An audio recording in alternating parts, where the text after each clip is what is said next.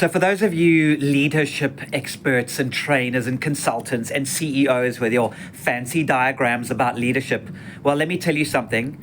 Be prepared to be humbled by the king of a country called Bhutan, Bhutan. Without even trying and with complete humility, he has delivered a masterclass in how leadership should work. So take your acronyms and your work-life balance structures and just put them aside for a minute and listen to what this guy has done. Now, Bhutan is a very small country and it has an exceptional high living standard. In fact, the king himself actually coined a term called gross national happiness. That's where the term comes from. Now, what is interesting about Bhutan is that it is carbon negative. It's so green and so environmentally friendly, it sells off its extra green energy into India for revenue. It's a tiny country with a very small population, mainly Buddhist. Very, very tranquil, very, very peaceful. But they had in inverted commas, a problem. About 9% of the population, almost all young people, are leaving Bhutan. They're leaving the country. So you might be thinking, well, Bhutan's obviously not a great place to live. Actually, it's exactly the opposite. Free healthcare, free education, free dental, free everything. Everything that you need is taken care of. The reason the young people are leaving is because they are so well educated and they speak perfect English as well as being multilingual, is that other countries have poached them, especially countries like Australia, with the promise of high salaries and adventure, a different type of lifestyle. So the king of Bhutan, he didn't go, oh, I'm going to hire some expensive consultant and come across with some complicated and bullshit rhetoric about how we as a political society are going to create a new economy that's going to lure you back. He didn't do that at all. He did what is completely and utterly natural to him. He decided to figure out a way that would lure people back to Bhutan using the very framework and the beliefs of what the Bhutanese people truly, truly encompass as being heartfelt and loved. And that is connected to the Buddhism way of life. But more importantly, he is creating a new kind of city, a city that has never been built before, a city that is absolutely beautiful and is carbon neutral, completely green. And this city, because the layout of the land where it's going to be built has got over 30 different rivers and streams in it, the buildings and green buildings are all going to be integrated into the land.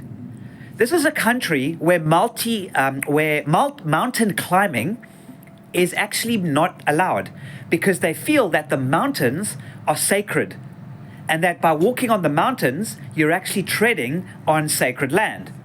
So their belief and love of nature and working with nature instead of trying to trample over nature is going to create this beautiful city, this green city. And because it's hydroelectric, get this, he hired like every good leader, he hires a good team around him. He is going to be building a massive hydroelectric dam. And the hydroelectric dam is not just got one of those awful concrete walls like you see in most hydroelectric dams. The dam walls look like something out of Germany from World War II. It is beautifully, the walls themselves are multicolored, and as you can actually step and you can actually walk down the staircase, down the stairs of this huge multicolored wall that is serving as the dam wall for the hydroelectric plant. And in the middle of that wall, of this huge hydroelectric dam wall, is a Buddhist temple. This is the kind of tranquility and working with nature. I'm just giving you the basics. But here's the real leadership, a masterclass of leadership. He didn't hire or get one of his political advisors to go and try to lure the young people back. He went himself.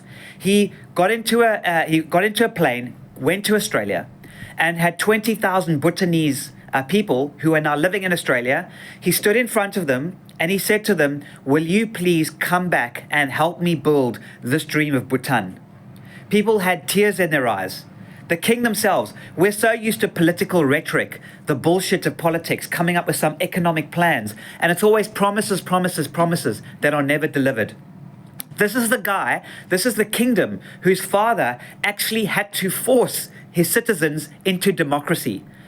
His citizens didn't want democracy. His citizens wanted to keep the monarchy going because they were so happy and the monarchy was doing such a great job. It was up to the king himself to actually say to his people, you need democracy because one day there might be a bad king and he can change everything. This is leadership for you. He stands in front, he goes to his people himself and says, I'm here, I'm putting my name to this, and I want your help. No fancy rhetoric, no fancy words, none of this expensive fast cars and all that bullshit. Just raw, unadulterated humility. And that, ladies and gentlemen, is why I would really, really like to visit Bhutan. And if it's at all possible, I would seriously consider investing in one of these properties in this beautiful sanctuary city, which is called the Mindfulness City in Bhutan. Take a step back, look at what the King of Bhutan has done, and maybe just learn something about the true nature of leadership.